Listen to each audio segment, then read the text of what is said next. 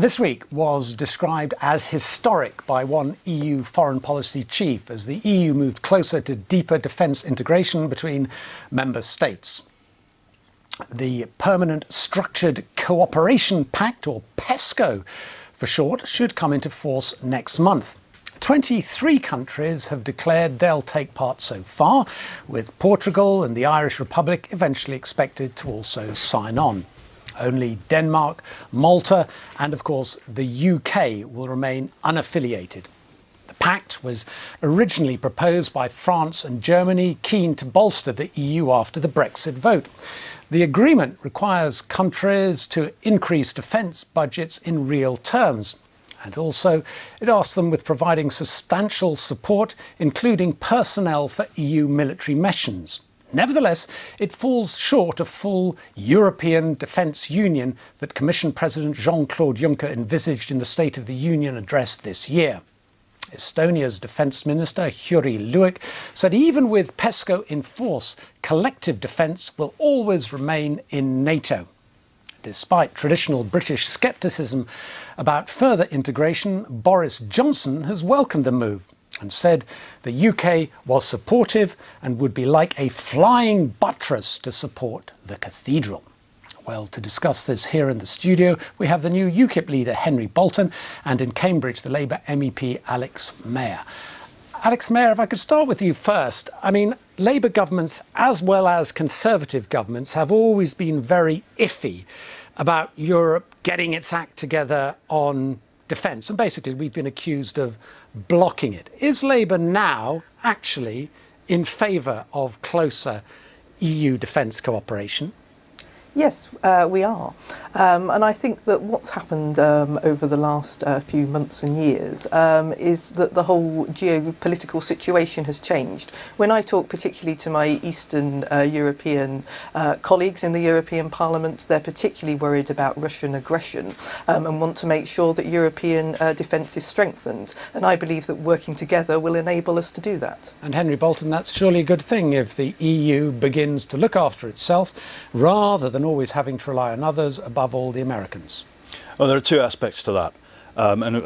Maybe I can start by saying that although we didn't sign up to PESCO on Monday, it's quite clear that we are already, in principle, going to be participating in other areas of this, such as the European Defence Fund and various other mechanisms that govern procurement and so on.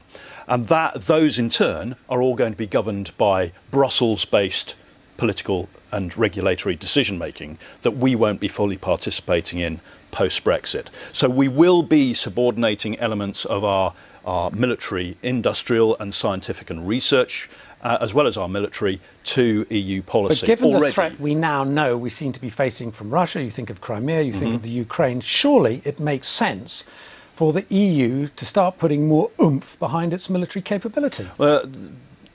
Cooperation and EU member states cooperating and ensuring that their command and control can work together so they are compatible with each other, yes. But centralised political direction, policy and regulatory frameworks is not the way to go. NATO is the alliance that has kept the peace up until now, militarily, yeah, but not the European Union. Jens Stoltenberg is entirely OK with this development. Well, I'm not, and UKIP is not. We see a range of areas in which it implies deeper political integration with the European Union when we have, and compromise of our own autonomous and sovereign, and I'll come back to that, autonomous and sovereign military capabilities and our ability to deploy them unilaterally.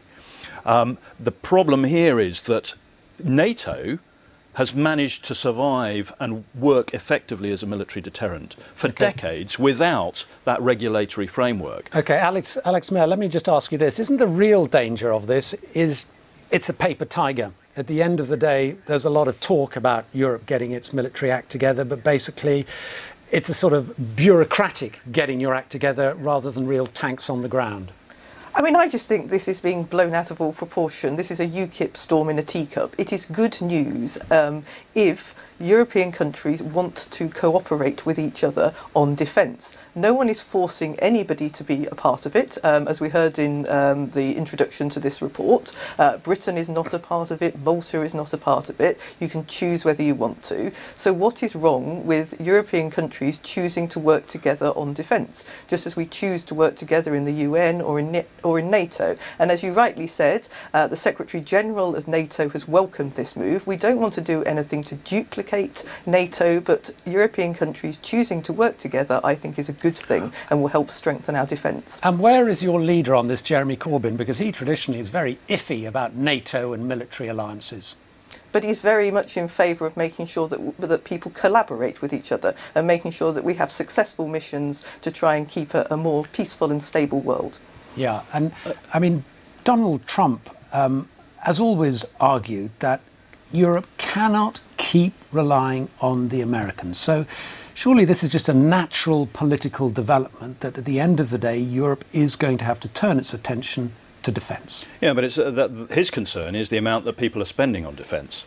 And the problem with the whole PESCO concept is that member states will not, certainly not to any great extent, we cannot expect them to increase their defence expenditure. That's part of the deal, isn't it? They have to increase. But part of the deal terms. is for NATO is 2%, and they don't maintain that.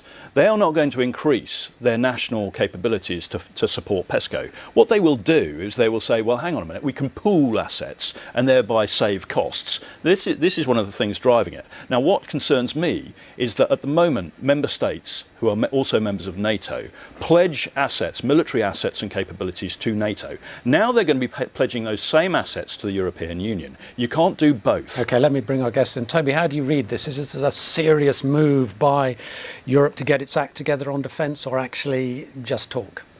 Well, it seems like part of the ground clearance they need to do in order to create an EU-wide army.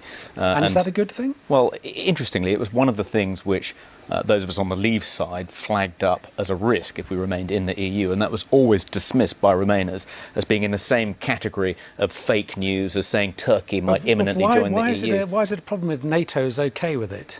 Well, the difference is that if we remain in the EU and an EU army does eventually get created, it's not clear that we would have a choice if our troops were called up to fight in an EU war, whereas in NATO we do at least have a right of veto.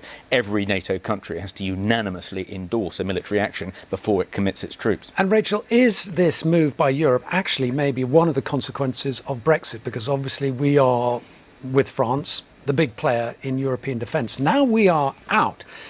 Is that perhaps what has driven the Europeans to think, crikey, we better get our act together? I think also, yes, exactly. Britain's been a sort of block on further integration. But if it leaves, then the rest of the EU is going to more and more gather together. And I think I don't see we can complain about that. I think if we choose to leave, that's their right to do so.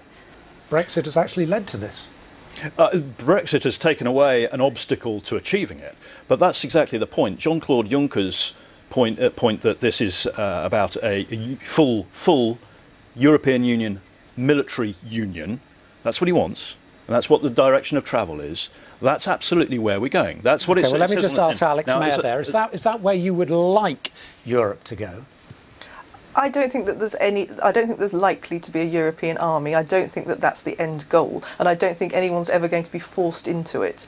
This is a union of countries of Europe who want to get together and share ideas and resources on defence. That's what's happening. No one's being forced into it. No troops are going to be called up from different countries without their say-so.